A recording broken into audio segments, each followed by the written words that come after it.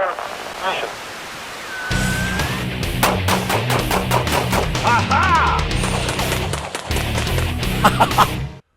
Hi, this is Joel Persinger. I'm the Gun Guy. Thank you very much for all of your support here on GunGuyTV. I'm very, very grateful. We just surpassed 70,000 subscribers on YouTube. Wow, I'm fired up about that. On our way to 80,000, I hope, then 90,000, 100, and that's the big leap. When you hit 100,000, you realize you've finally achieved something, and maybe we'll blow on past that as well. That's my goal. Thank you very much for all of your support in doing that. By the way, even though we're doing well on YouTube, we're not prisoners of YouTube. You can also find us on these other platforms, and it would be important for you to go find one of them that you like and at least subscribe or follow on one. If you do that, then if something happens to us on YouTube, then you'll be able to find us on one of these platforms. By the way, if something happens to us on YouTube, it'll probably also happen on Facebook. They're both pretty restrictive, so you might want to pick one in addition to the Facebook page just to know what's going on in case something happens to GunGuyTV. All right, I wanted to talk to you today about a concept which is a very, very old concept, but it's a very good one, and I think it might be something worth revisiting when we talk about self-defense firearms in general, and also self-defense firearms in restrictive states like California. I live in San Diego County, California, so it's very restrictive here. It is more restrictive in some other states. New York, I think, has more restrictive laws in some respects than we do, as does New Jersey and so on. But we're still very restricted in California. So if you give some thought to the old concept of a pistol and a pistol caliber carbine in the same caliber, it really has a lot of benefits to it. Now, I say it's an old concept. You have to understand, people have been doing that since rifles and handguns were both invented. People have been coming up with similar calibers for both because, one, ammunition is easy to cart around. You're only carting around one kind of ammunition, one caliber, if you will. And it's also easier to reload because you only have to have one set of dies, and you only have to have one type of powder, and you only have to have one kind of bullet. And it really eliminates a lot of the duplication of effort with different types of firearms. For some folks, that might actually be a great success. That might actually be a boon to them. Now, there's people like me. I like to have different guns because I enjoy shooting them. But a lot of folks have guns because they're utilitarian, not because they are gun people who want to collect guns. They want to have a gun to defend themselves. They want to have a gun maybe to hunt with or so on. If that's the case, looking at a pistol caliber carbine in the same caliber as the gun you would have for your defensive handgun might not be a bad idea. Now, to give you an example of how well I know this concept, my dad, who was a deputy sheriff, when he finally left, he left that and he retired and so on, he had a lot of different guns that he liked, but he boiled it down essentially to a lever action rifle in .357 Magnum and his duty sidearm and a smaller concealed carry pistol. Now, as a duty sidearm, he had his Colt Python. This is a Smith & Wesson Model 66. This is mine. And then this was actually my dad's. This is a Ruger SP101 in .357 Magnum. And my dad had purchased a Marlin .357 Magnum lever action. This is a Rossi Model 92. Now, one of the other guns my dad got was this little Derringer, and there are a lot of Derringers available in .357 Magnum. This happens to be the American Derringer, but I would say the one I see the most is probably the Bond Derringer. They're very common, so you can even get little guns in that same caliber. Why did he do this? Well, he was getting older, and he didn't, he wasn't out doing as much stuff, and he basically wanted to have a defensive rifle, but something that was powerful enough that he could take a deer if he wanted to do that. He wanted to have a defensive, full-size, duty-type handgun. He wanted to have something to carry concealed and something to carry very concealed. And so that's why he made those choices.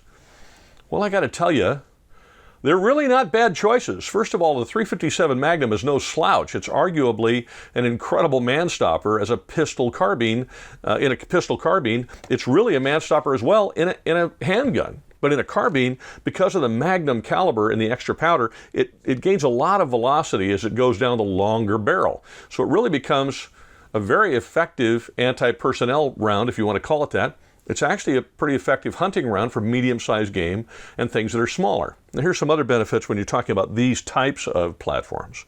First of all, none of these is likely to be banned anytime soon because none of them are semi-automatic. Well, right now there's a big thing about semi-automatic handguns. So that's one thing. Here's another. None of these require magazines. So you don't have to, if you lose your mags, it doesn't matter. Put the ammunition in the gun and go. All you need is a box of ammunition, and all of these guns work. There's no separate device, a magazine or an end-block clip or something like that that has to go in any of these in order for them to work. They're simple, they're basic, and they will fire a variety of ammunition because it's you that makes the gun operate. They're not operated because of the pressure in the gun. So if you're going to shoot light 38s, or snake loads or whatever, you can do that in any of these guns. Now, I don't know, I wouldn't try snake loads in the lever action rifle. They might work, I don't know, but certainly in the revolvers and the Derringer you could do it. But this, I took this rifle out. This belongs to a friend of mine. He lent it to me for this video. Now, this is a Rossi. This is a very inexpensive, comparatively, I should say. This is sort of a low-end lever action in 357 Magnum /38. However, that said, while it doesn't run as smoothly as the more expensive guns, the action's a little rough and not as smooth, and it, certainly is not as fancy. The loading gate is not as smoothed out. It could use a little help there, maybe some polishing there. Functionally, it ran perfectly the whole time I fired it. I fired a lot of 38s through it and 357 Magnum through it, and it fed them both like a dream. It never had a problem with any of them. The only issue I had with it was where the loading gate is. There were times when the round hung up a little bit, didn't want to go all the way in very easily, and I would say that's an issue of polishing the area underneath and around the loading gate, and that probably would solve that problem. Now, I've tried other ones, Marlins and Winchesters and so on, and they fed like a dream. So if you have the extra money and you want to spend it on a little more expensive rifle, those problems are going to be solved for you because you spent the extra money. But functionally, I found no problem with the Rossi. It runs very well. Now, here's the other difference too. This holds 8 rounds. You get a little bit longer barrel. This, I think, has a fairly short barrel compared to the Marlin, for example. You get a little longer barrel on a Marlin or Winchester or something, you're probably going to get 10. So now you got 8 or 10 rounds of 357 Magnum out of a long-barreled, quick, handy little carbine. That's pretty effective. It was pretty effective way back when. It's pretty effective right now. Revolvers, same thing. You get yourself a really good quality revolver like this Smith & Wesson Model 66, which is an excellent revolver. You get yourself a good holster for it. And speed loaders. It's not going to be as fast as a magazine-fed gun, but speed loaders are, $8-9 a whack. And even without them, you can still load the firearm. And anybody with any sense and any knowledge of handguns does not want to be on the business end of a 357 Magnum. I don't want to be on the business end of any gun, but the 357 Magnum is a fairly stout cartridge. Same thing with the medium-size carry gun like this SP101. This is a 3-inch, but you can get them in 2-inch. You can get them in, I think the 3-inch is the perfect length for this particular gun. Makes a great little 5-shot carry revolver that you can carry on a daily basis as your concealed carry gun. And then if you like Derringers, which I'm not a big fan of Derringers for concealed carry, but that's just my personal opinion. But they are available, and you certainly can use them, and you can get quality Derringers today. I would say the Bond Derringer is outstanding. I don't even know if they make American Derringers anymore, but this one is very, very good. Shop around and see. Now, if you don't like any of this, and you're saying to yourself, I don't want to have I'm not a cowboy. I get it. You don't have to be a cowboy. But these things you can fight with, and you can fight very well with, and you can hunt with them, and the variety of ammunition available is amazing. Now, you can also do this, by the way, in 44 Magnum, not just 357 Magnum. But there's also pistol caliber carbines available in 9mm. My wife carries a 9mm. In fact, all of her handguns are 9mm. So to give you an example, the Ruger PC carbine would be perfect for her because it's a 9mm. There's a lot of different varieties of things. I think Kel-Tec's got the same thing, if I remember right. There's a lot of manufacturers doing this, and I think it's something worth considering. Now, if you're in a restrictive state, where semi-automatics are being attacked right, left, and sideways, you might want to consider putting together a battery of firearms like this, where you've got the revolver, it's not semi-automatic, not going anywhere. You've got the lever gun, not semi-automatic. You've got, again, a smaller revolver. While we're fighting for our Second Amendment rights, I have a feeling you're going to be the last one they're chasing because none of these holds more than 10 rounds, and none of them is magazine fed from a detachable magazine. Certainly the rifle has a tubular magazine, but none of them are detachable magazine. None of them are semi-automatic.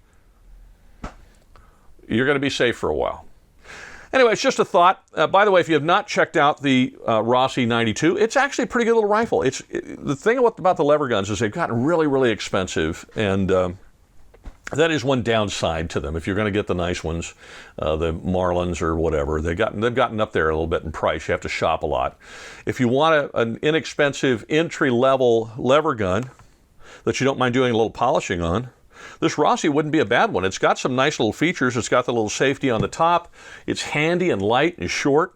It's very accurate. I was shooting it at the range quite a bit, and I enjoyed shooting it. It shot very, very well. I probably fired 200 or 300 rounds through it. That's both 357 Magnum and 38, and really enjoyed it. It's quick to the shoulder, very effective, and like I said, I wouldn't want to be in the business end of a 357 Magnum, or anything else for that matter, but from a defensive purpose, a solid hit with it is really going to do some serious dirt to whatever bad guy you're trying to take down. And then if you want to use it for hunting, you certainly can. Now, the only downside to the Rossi that I can see is, other than the fact that it's a little rough in its action, it's not as smooth, is there's no way that I can discover to mount an optic on it that comes with the rifle. And some of them, like the Marlin and so on, they're a little easier to do that with. So if you want to put a red dot or you want to put a scope on it or something, the Marlin might be a better choice. But still, I would take a look at the Rossi. It seems like a good little gun to me. And actually, I was pretty impressed with it. And you might want to give this concept in general a thought when it comes to your defensive firearms. Maybe just having to buy one kind of defensive ammunition is pretty positive. Gives you an ability to stock a lot of it, and it functions in every one of your defensive firearm platforms.